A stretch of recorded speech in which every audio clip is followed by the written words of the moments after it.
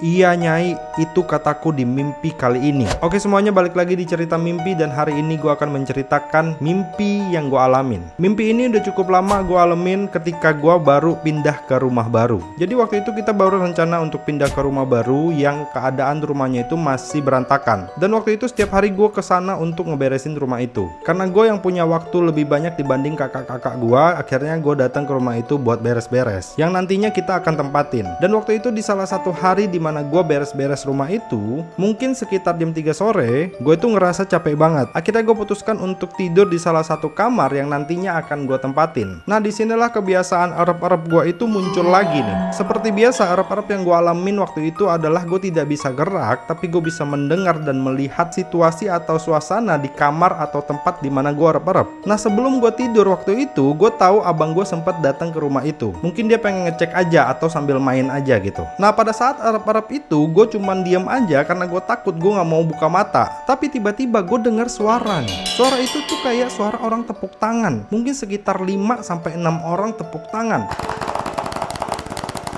Ya kira-kira suaranya seperti itu. Karena gua nggak buka mata, jadi gua nggak tahu itu apa. Yang ada di bayangan gua waktu itu kayak orang tepuk tangan. Karena gue dengar suara itu, gue semakin takut buat buka mata. Tapi karena penasaran, akhirnya pun gue buka mata untuk ngeliat dari mana sumber suara itu. Dan yang gue lihat ini itu bikin gue kaget banget. Yaitu mungkin sekitar 7-8 ekor burung merpati yang terbang masuk ke kamar gua lewat jendela. Terus dia berhenti dan hinggap di atas kepala gua.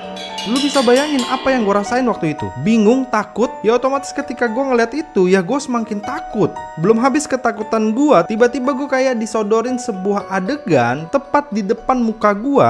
Gue ngeliat sosok perempuan berselendang hijau. Tapi yang gue lihat itu hanya bagian pinggangnya dan selendangnya aja. Jadi gue gak lihat mukanya ataupun full bentuk badannya. Jadi sosok ini itu kesannya terlalu deket di depan muka gue gitu loh. Jadi gue cuma bisa ngeliat pinggangnya dan juga selendang hijaunya. Di posisi itu gue ngerasa gue gak ngedenger ataupun ngeliat sosok ini itu bicara ke gue. Gak ada suara apapun dari sosok ini. Dan gue tidak merasa takut ketika ngeliat sosok ini. Tapi yang aneh, gue ngerasa dia tuh lagi ngomong ke gue. Tapi gue gak pernah tahu apa yang dia omongin ke gue. Tanpa sadar di dalam erep-erep itu gue naikin tangan gue kayak gini.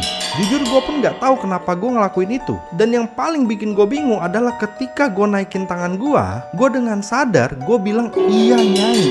Seakan-akan gue mengiyakan apa yang dia kasih tahu gitu loh. Tapi sedangkan sampai sekarang gue nggak tahu apa yang dia kasih tahu. Gue juga nggak tahu itu siapa. Gue juga nggak tahu kenapa harus ada burung. Dan gue juga nggak tahu kenapa gue panggil dia Nyai. Dari sekian kebingungan gue, ada satu yang paling bikin gue kaget dan bikin gue bingung. Pada saat gue bangun, posisi tangan gua itu masih begini.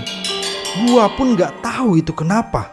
Karena gua kaget, akhirnya gue langsung bangun dan lari keluar menemui abang gua. Gue cuman bisa kaget, syok, takut, bingung, gak tahu apa yang gue rasain. Kalau kalian sendiri ada di posisi gua, apa yang kalian akan lakuin? Dan kalau kalian punya cerita-cerita mimpi ataupun erep-erep, kalian bisa ceritakan cerita kalian di kolom komentar. Atau kalian mau DM ke gue juga gak apa-apa. Jangan lupa untuk like, follow untuk cerita mimpi selanjutnya.